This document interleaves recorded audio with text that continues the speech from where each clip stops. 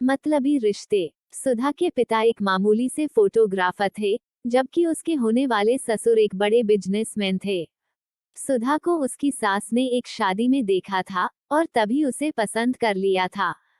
फिर जल्दी ही उसका रिश्ता भी तय हो गया। आज सुधा की शादी थी।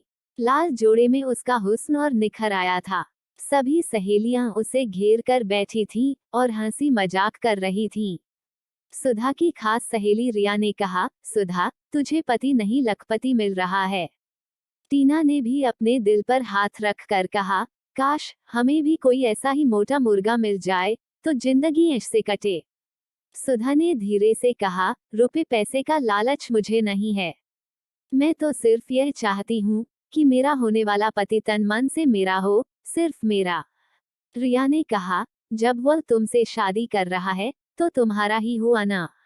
सुधा ने कहा, शादी करना और सिर्फ बीवी का होकर रहने में फर्क है। रिया, अच्छा, अपने विचार अपने पास रख। रिया ने कहा, तो सभी सहेलियां खिलखिलाकर हंस पड़ी।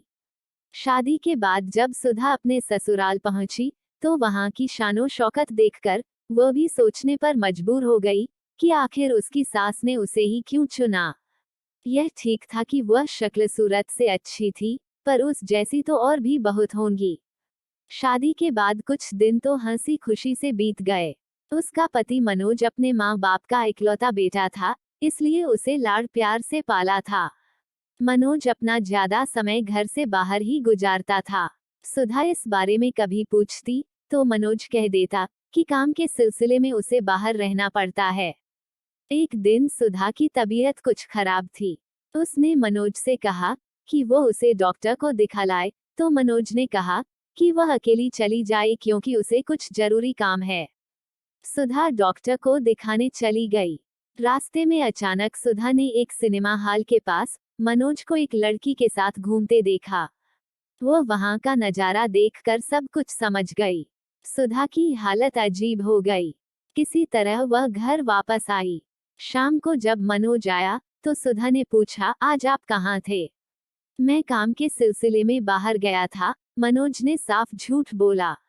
सुधा बोली, मैंने अपनी आंखों से आपको एक लड़की के साथ कहीं घूमते देखा था। मनोज ने लापरवाही से कहा, ओह, तो तुमने देख लिया। सुधा ने पूछा, कौन थी वह? मनोज ने कहा, किस किस के नाम पूछोगी? मैं बाहर क्या करता हूँ, इससे तुम्हें क्या लेना? तुम्हें बीवी का हक तो मिल रहा है ना?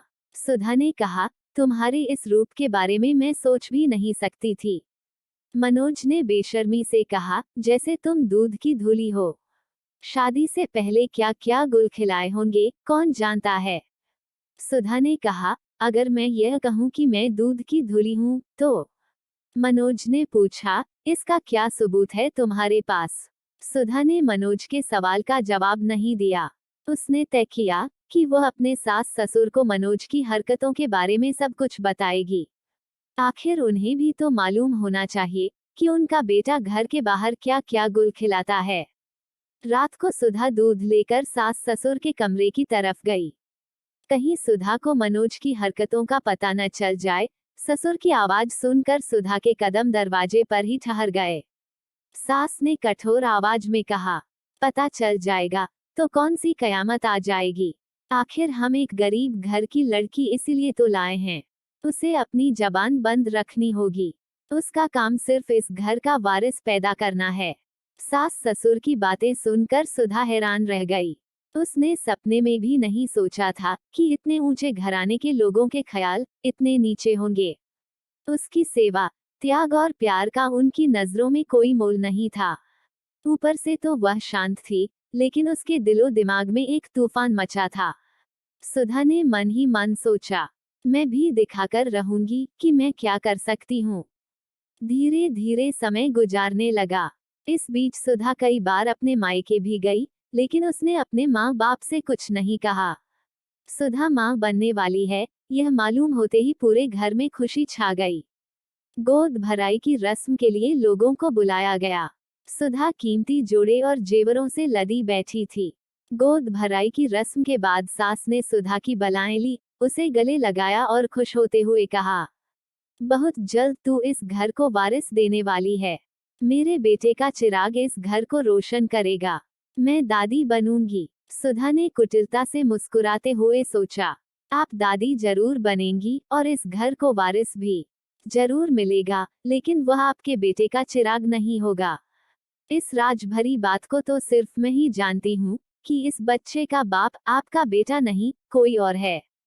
यह करारा तमाचा आप लोगों के मुंह पर लगाकर मैंने अपना बदला ले लिया है।